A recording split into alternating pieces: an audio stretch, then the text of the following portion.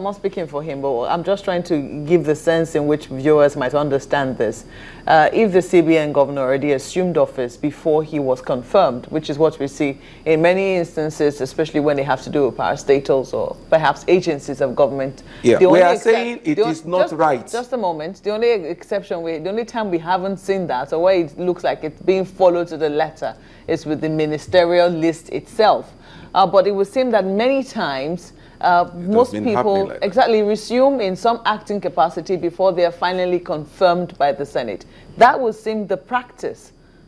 Is it proper? The question is that right? Is it true that has been the practice? It is not true, and it is not right.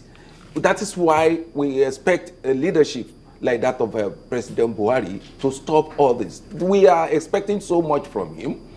If people are now talking based on political lineage or whatever, it will not be okay for this country. Let's put the country first. We are helping President Buhari to be successful. That is why we are saying some things must be put in place. For example, we know you want to fight corruption.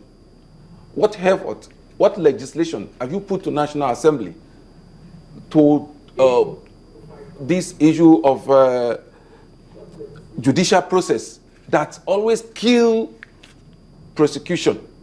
There must be something done so that every step you take will be successful. We want you to catch all these thieves, recover our loots, jail them. Not only the looters, there are other areas of corruption. We need a special court for corruption, not only for looters, for corrupt people, for corruption. I thought he also mentioned the need for a special court. Yes, yes, a need for special court, which supposed by now should have been inaugurated. Then somebody like me, I will sit back and say, yes, our president is ready. This administration is ready. This is what we are talking about that's supposed to have been done within the first 100 days. But when we were told that they were shopping for those who were going to head those special courts, isn't that an indication that they're working towards that? Special court for looters is different from special court for corrupt persons, for corruption. Isn't that? Yes, it's not the same thing. It's not at all the same thing. It's not at all the same thing. It's not at all the same thing.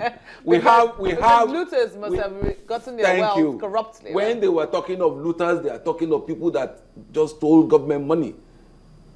Okay. It's not only government money, a corrupt person still. Okay. The EFCC is there. It's not only working for government. What about the 419 that they are spoiling Nigerians' name everywhere? It's also under the cover of a EFCC. Such people we want to clean this nation.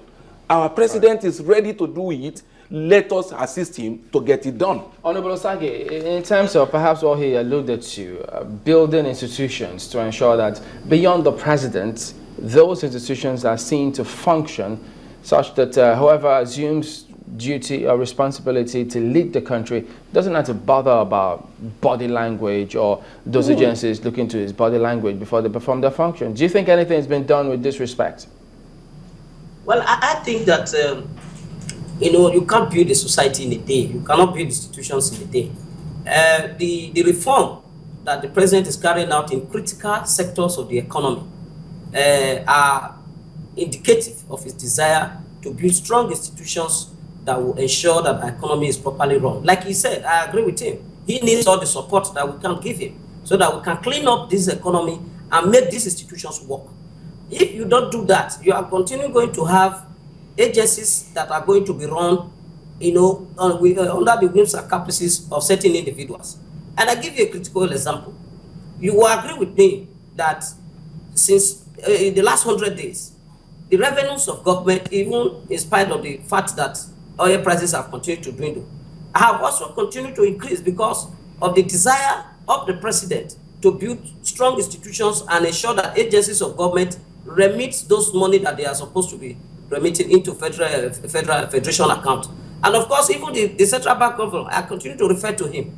He said some time ago that the efforts of the president to plug leakages in the economy And the forest management approach that the CBN has put in place is helping to ensure that even our external reserve is, getting improved on a daily basis. So I agree we need to build institutions, but institutions cannot be built overnight.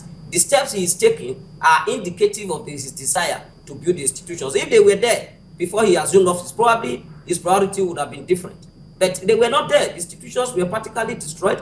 The heads of agency were running government the way they like. Look at all the scandals that we are hearing all over the place. So I agree with him, we need to build institutions. And, but the president I'm happy you have just taken us back in history, and that is why the PDP, that is the opposition, is saying that they want to help the government to succeed.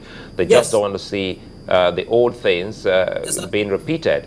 Case in point, talking about the appointments, a quick reminder here, recall that we had Mrs. Sarah Alade, who was in acting capacity as the governor of the central bank, until we saw Emefiele come to the Senate floor for his screening before he took office. So they're saying, what Nigerians are saying, that if there is any mistake, which is constitutional breach, shouldn't the government apologize and make amends very quickly instead of making it seem as if they were or they are in acting capacity? Well, I don't know whether apologies can cure any wrongdoing under the law.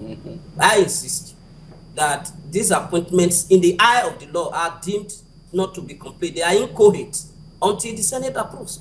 So I believe that coming to tender apology to Nigerians will not cure the defect or will not be atoned for the right thing that ought to be done. But I want to assure you that the president knows what he's doing.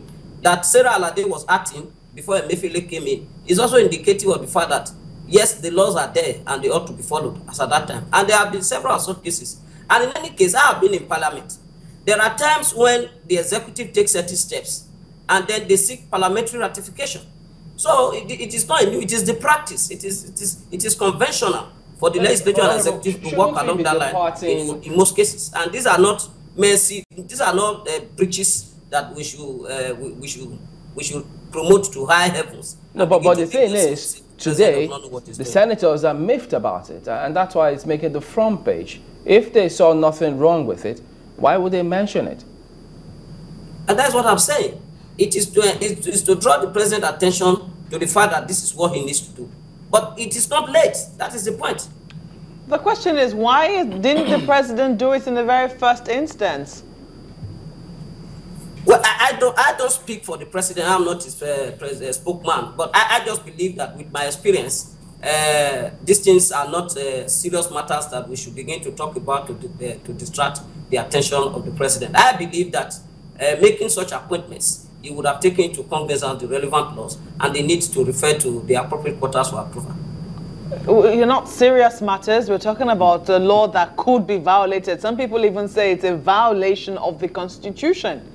And it's an impeachable I don't know where it is in the Constitution, but I do know that the law establishing APCON requires that the managing director should be confirmed by the Senate. So I don't know about the Constitution on this matter.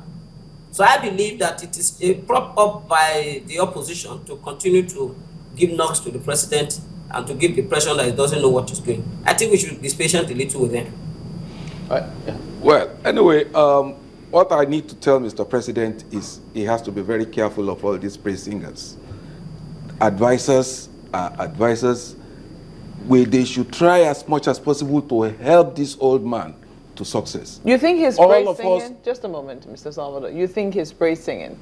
There are so many praise singers that are just misleading the man. That's just what Do you think he is praise singing? Do you think Honorable Osage is praise singing? He's praising his party. That's him. He's only praising his party. But do you disagree with some of the achievements that he listed as having been completed in 100 days? I can't see what he termed to be an achievement in what he has just said. Appointment of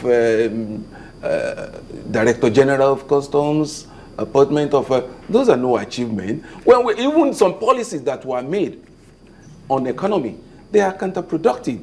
For instance? For instance, we were told that they close all the, they stop the foreign savings, foreign domiciliary accounts. All the dorm accounts were closed. They don't allow people to deposit money, but they allow transfer to get into the account.